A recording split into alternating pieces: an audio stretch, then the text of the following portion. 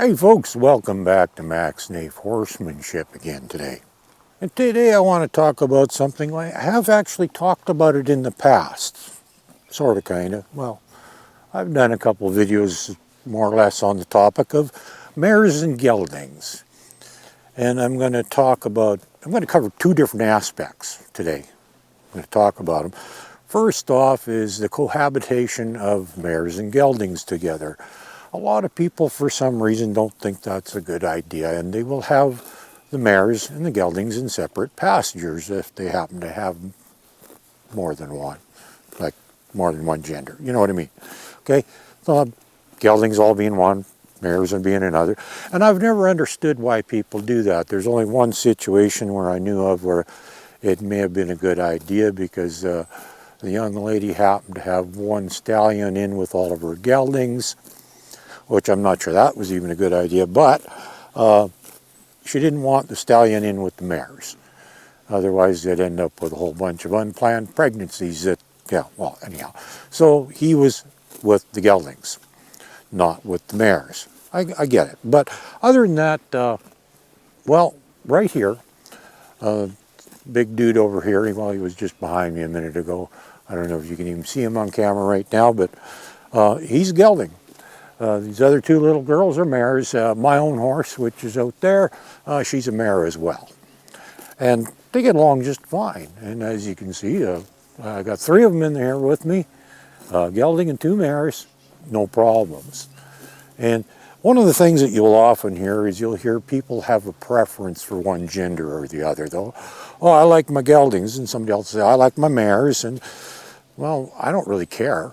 Doesn't matter to me because either one can be just as good, but I think I might actually lean towards the mares because they haven't been altered. We haven't messed with their body chemistry at all by gelding them or spaying or neutering or whatever you want to call, where you remove their sex organs so they no longer, do their thing, anyhow, because that's basically what's happened to geldings are basically stallion/stud horses that have had their boy parts removed and they no longer have any testosterone in their system, which changes their behavior and their sex drive considerably. And because they don't have that causing fluctuations of any kind in their behavior, some people like geldings because they're a little more consistent. Well, I think consistency is up to you because, pretty much my entire life I've had mares. I mean, not only mares, I've had some geldings too, but I've never noticed any difference in their behavior between the mares and the geldings, or any other horse for that matter, because it's like something I've talked about before. I said that one of the keys to good horsemanship is consistency. And it's very important that you're consistent. And if you are consistent, the horse will be consistent. Because one of the biggest complaints about mares is that, when they are in heat, ovulating, cycling, in season, whatever word you want to use for it, their hormone levels in their bodies fluctuate, and it creates a fluctuation in behavior, for lack of a better term. Well, I don't notice that because when I raise them, the rules never change. I'm consistent the whole time. So the only time that I actually know that there's anything going on is when the boys start getting interested, because the mares haven't changed. Their behavior does not change one little bit. Now, one exception to that was, that little paint right behind me there. First time she went into season, she's pretty young, so I was actually around for that first event, and her behavior did get a little bit goofy, and that's when I finally figured out why it did, is because, for the first time in her life, she's got these hormones raging around in her body, and she doesn't know what to do with them, so it affects her behavior. But if my expectations don't change ever, then they're going to quickly figure out, it doesn't matter how I feel, you expect the same thing from me. Now, for any of you women that have ever had a job, which is a lot of you, you will understand this concept, because I'm going to put it into human terms, is you got to work, and your employer has the exact same expectations of you every single day of the month. They don't care where you're at and how your hormone levels are or any of that. They have an expectation laid out that is what they have of you to do your jobs, and that doesn't alter. That never changes. They're consistent with that. Those rules don't change. And I've said before many times that when you're working with horses, you've got to be consistent, and that's what I do. Exact same thing. No matter what their hormone levels are like, whether they're in season or not, makes no difference. My expectations are exactly the same. They don't change. And they get to know that in a hurry. And as a result, their behavior doesn't change, regardless of what's going on inside their bodies chemically. You know, there might be some things, you know, where it really makes them a little edgy or wanting to be a little different or somehow. But if they know that my expectations are always the same, and I've mentioned this, you know, very principle before, I said the rules don't change. Doesn't matter where you are, you know, what you're doing or anything, the rules don't change. You must be consistent. And in fact, there was one horse that I got, it was a mare, and she was sold initially because they were having problems with her being marish, which, if you haven't heard that term, that's what happens when mares go into season. Their hormone levels start raging around in the bodies and their behavior changes. Well, it turned out I don't think that was the reason that the behavior changed on that particular one. It turned out that at about that same time, they'd also changed handlers, and they didn't treat the horse the same. And so the horse became a problem, but not because of the hormones. It became a problem because of the handler.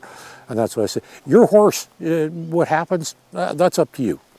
And I don't care if you like mares or geldings or either one. I don't, you know, it makes no difference, because like I said, to me, it doesn't make any difference, because I've had both and I've never really noticed the difference. I think, you know, like I said, I think maybe I might actually lean towards mares, but I mean, I don't dislike mares for the reason at all that a lot of people do. I don't like geldings for the reason that a lot of people do. And, well, this is what I'm explaining to you, is the difference between mares and geldings and the preferences that people have and why they do. And, well, honestly, and it also depends on the culture or the country you live in, too, because there are some where real men only ride stallions. Real men do not ride mares. And in fact, my own mare, although she is broke to ride, of course, she was when I got her actually, but the guy that owned her originally and bred her had a breeding facility in another province, fairly well-established one at the time. I think he's retired now, but his personal riding horse was actually her sire. That was his personal riding horse. In North America, we tend to not ride stallions. We tend to be scared of them quite often, which I don't think is right either, because if they're properly handled and properly trained, they know what to expect, and they will suppress their natural instincts to breed and behave instead. And I've known a couple of people that personally that have owned and ridden stallions, and there was actually one day I took my mare into the indoor arena, and as soon as well, actually I wasn't even in yet, I looked in and I saw somebody in there riding around on a horse. I didn't realize at first which horse it was. Turned out it was the breeding stallion for the program that was going on at that stable. They were breeding Tennessee Walkers, and that was the breeding stallion, and he was being ridden. And when my mare came in there, he showed no interest in her whatsoever. Well, fortunately, she wasn't in season at the time. At least I don't think she was. But she, you know, because of his training, he was well behaved under saddle. And like I say, the sire to mine, he was also a ridden horse. That was the guy's personal riding horse. Well, that happened to be his favorite horse too. It was the sire to mine. And you know, in some countries, men only ride studs, stallions, I guess. Studs are stallions that have bred. That's the only difference between a stud and a stallion, if you're wondering. A stallion is a fully intact male. A stud is a stallion that has been used for breeding. It's the only difference. They've had the experience, okay? But yeah, so geldings, mares, do they get along? Yes. Do I have a preference one to the other? Not really. Either one, depending on the training, can be an excellent horse.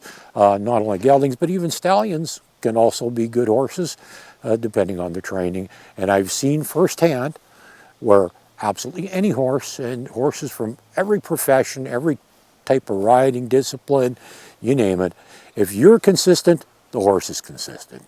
And that's really the important takeaway of this. Don't make excuses for the horse's behavior that aren't true. Because, well, they were ill-treated when they were young. They were bottle-fed. That's a mare. It's a gelding. It's a whatever. Doesn't matter, okay? It's up to you. It's up to the training, and it's up to me, too. My personal results that I have with my horses, I've never really done this intentionally, but I've always, like I said, I've always had mares, and I don't even notice when they're cycling, and I've had quite a few over the years, and never had a problem with them, because my expectations don't change, so their behavior doesn't change. So anyhow, figure I'd do that one today, and now I'm going to go on a hunt and see if I can find me a bridle, because we got two youngsters here that have never ever had a bit in their mouth. Now both of them I actually have worked with their mouths a little bit, but I'm going to talk all about that in the next video. First thing I'm going to do is I'm going to go look for a bridle. I know I own one, but I'm not quite sure it is. I think it's in the trunk of my car, and my car is not here at the moment, so can't use that one. So I'm going to have to go over into the barn over there and see what we can scrounge up in the tack room there. I'm sure there's probably one in there. Even though the person that owns the property here, they typically don't ride with a bit. They usually just ride in a halter anyhow. So I don't know what they got in there, but we're going to go take a look and see what we come up with. And if we do, we're going to do another video today. See you in a bit. Well, okay, might be another week. I don't know. Depends on when I feel like uploading it. And in the meantime, you have a great day with your horse, and we'll talk to you later. Bye now.